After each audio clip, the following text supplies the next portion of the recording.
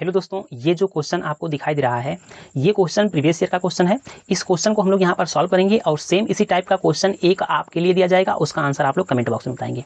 चलिए, इसमें देखिए क्या लिखा गया है। लिखा गया है रवि के वेतन में पहले 50% की कमी हुई और बाद में 50% की वृद्धि हुई। उसका अंतिम वेतन आरंभिक वेतन की तुलना में कितना कम था। तो पहले 50% की कमी हुई है, फिर 50% की वृद्धि हुई है। तो सबसे पहले हम लोग क्या करते हैं ना, सबसे पहले हम लोग यहाँ पर रेशियो मेथड लगाते हैं ना, रेशियो मेथड।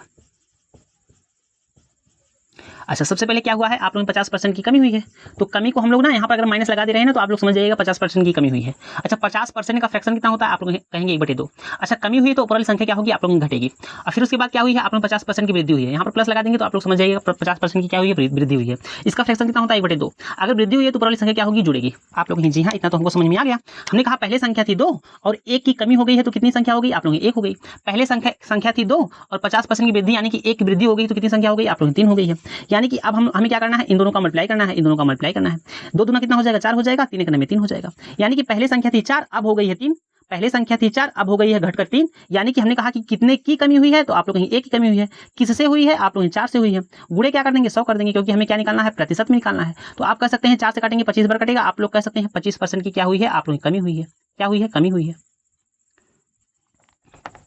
25% की क्या हुई है, कमी हुई है। तो इस क्वेश्चन का राइट आंसर कितना हो जाएगा, 25% हो जाएगा। क्या हो जाएगा, 25% हो जाएगा।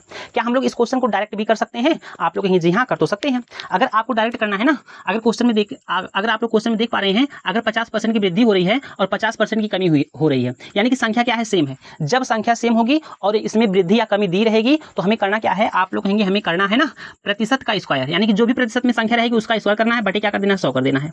बटे क्या कर देना, 100 कर देना है। प्रतिशत में कौन सी, अच्छा यहाँ से क्या आएगा, ये भी ध्यान में रखिएगा, यहाँ से क्या आएगा, कमी आएगा ना, कमी प्रतिशत आएगा। क्या आएगा, कमी प्रतिशत आएगा। हमने कहा प्रतिशत में क्या दिया गया है, 50%, तो 50% का जब हम लोग स्क्वायर करेंगे कितना आएगा, 2500 आएगा। बटे में क्या कर देंगे, 100 कर देंगे। 0 0 कर जाएगा, क्या आएगा, 25% आएगा। और ये क्या आएगा, आप लोग ये आएगा कमी। तो हम लोग कह सकते हैं कि क्या हुआ है, 50% की कमी हुआ है। और भी कोई तरीका है, जी हाँ हो सकता है तरीका।